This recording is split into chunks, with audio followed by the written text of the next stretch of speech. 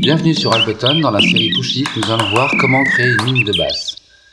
Donc on en était resté à notre rythmique, d'accord? Donc j'ai ma piste rythmique là qui est sélectionnée. Si vous voulez rajouter un instrument, je vous recommande de faire Add Track directement, ou de sélectionner une piste MIDI vide, d'accord? Donc je vais faire Add Track pour que vous voyez ce que ça donne. Donc là il me propose de créer 3 types de pistes. Je vais aller chercher une piste MIDI, évidemment, dans Sound cette fois, basse, ok. Donc si j'ai la préécoute, de nouveau j'entends, voilà, vous n'entendez pas beaucoup, mais j'entends mon son, je vais en prendre un n'importe quel, voilà, load. Voilà. Avec octave, up and down, je vais pouvoir descendre ou monter d'un octave. Plusieurs fois. Vous voyez, il vous marque ici à quelle octave je suis. Donc là, ici, ce sera le C3, parce qu'il me dit, voilà, là c'est un C4, etc. Donc comme c'est une basse, je vais jouer plutôt, voilà, du grave. Et vous avez évidemment le mode scale.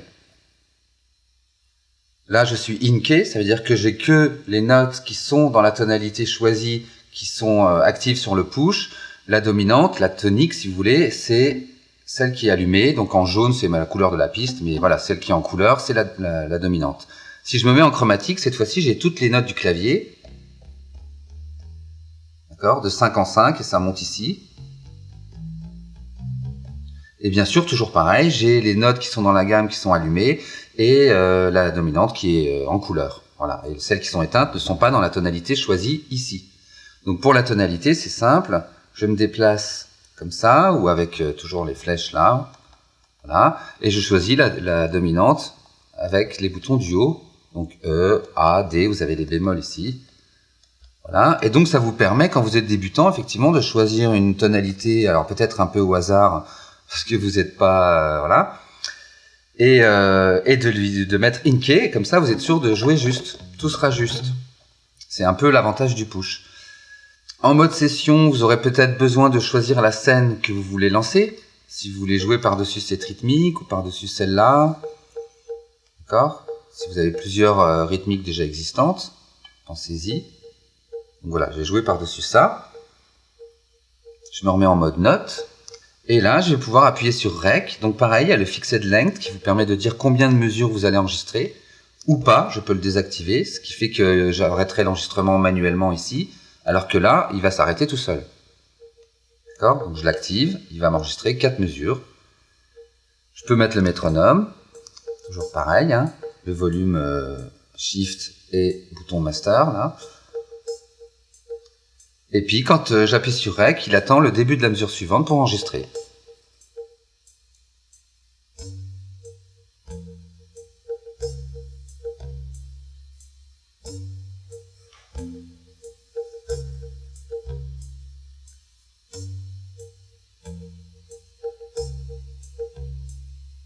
Vous voyez qu'après il se met en boucle, en mode overdub, c'est-à-dire que je peux réenregistrer par-dessus.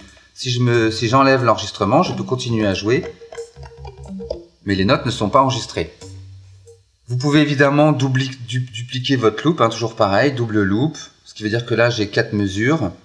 Maintenant j'en aurai 8, donc je peux faire une variation, vous voyez c'est marqué ici, je peux faire une variation sur la deuxième partie par exemple. Si je suis pas content, je fais undo et ça revient en arrière. Donc du coup j'ai de nouveau 4 mesures.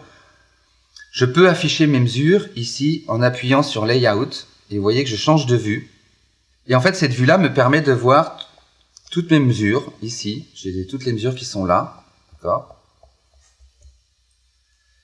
Et donc de rajouter des notes ou d'en enlever. C'est-à-dire que là j'ai mes notes, si je me mets sur la première mesure, vous voyez que j'ai une note ici. Je peux en rajouter à côté. Ou je peux enlever celle-là. Ou je peux la paramétrer, undo. Je clique dessus et là j'ai les réglages qu'on a déjà vu pour la rythmique, la vélocité, donc le volume, etc., la durée de la note, etc.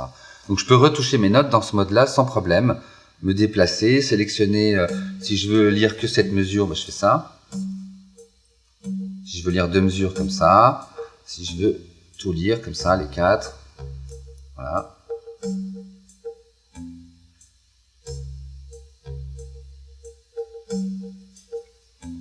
De la même manière que pour la rythmique, je reviens en mode, voilà. Je peux utiliser le repeat hein, pour les instruments mélodiques, ça marche aussi.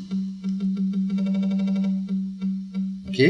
La vélocité est prise en compte aussi. Et je peux aussi utiliser la touche accent pour tout jouer très fort, même quand j'appuie tout doucement sur mes touches.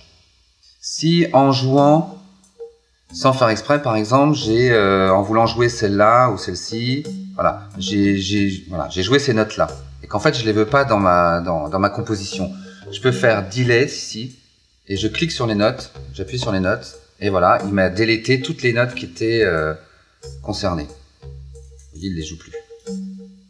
Si je retourne en mode session, je vois mon clip ici.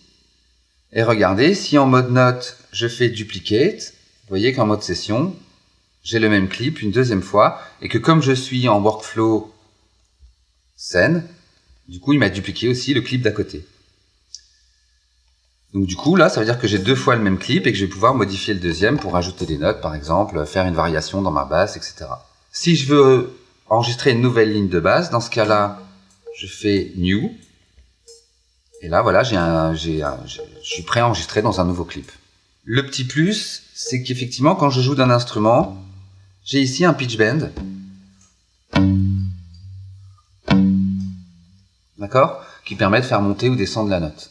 Le petit plus aussi, c'est que si vous avez sélectionné un scale et que vous enregistrez votre set live, le scale que vous avez sélectionné est enregistré dans le set. Donc quand vous réouvrez le set et que vous créez une nouvelle piste MIDI, le même scale sera sélectionné pour toutes les pistes. Voilà, c'est tout pour cette fois. Au revoir et à bientôt.